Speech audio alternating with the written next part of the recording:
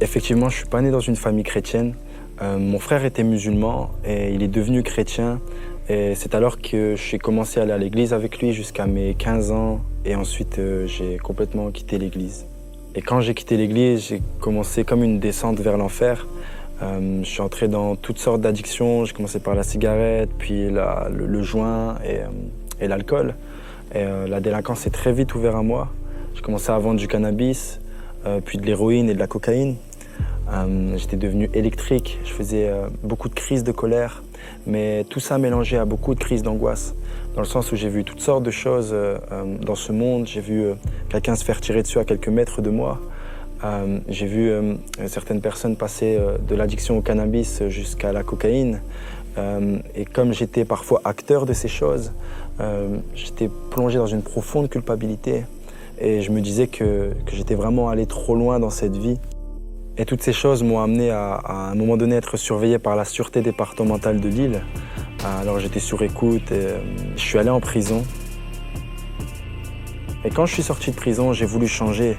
J'ai voulu commencer une nouvelle vie et changer par moi-même. Or, ça n'était pas possible. J'étais trop embourbé dans toutes ces choses. Et au bout de 3 semaines, j'étais retourné dans mon quartier à faire les mêmes choses. Alors j'ai essayé de combler mon manque par tout ce que je pouvais. J'ai même fait du rap, mais ça ne me comblait pas. Je faisais que m'enfoncer de plus en plus, en faisant de plus en plus de crises d'angoisse. Mais mon frère, qui lui était chrétien, n'a pas cessé de prier pour moi et de croire que je pouvais être sauvé. Alors il venait même sur mon point de vente pour me parler de Dieu. Alors qu'il y avait tellement de clients et qu'on devait faire la circulation, lui venait avec sa voiture et me disait que Dieu m'aimait et que je pouvais encore revenir à lui. Mais un jour, au travers d'une discussion, alors qu'il me dit que Dieu m'aime et que je peux revenir à lui, ce jour-là, ça a vraiment percuté mon cœur et pas comme d'habitude. Ce jour-là, c'est comme si Dieu m'avait parlé.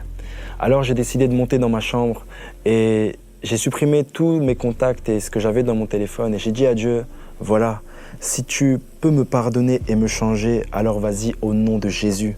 Et alors que je fais cette prière, c'est comme si j'avais senti un feu à l'intérieur de moi et j'ai été délivré de toutes mes addictions. J'étais délivré de la cigarette, de l'alcool et j'ai plus jamais fait une seule crise d'angoisse depuis ce jour.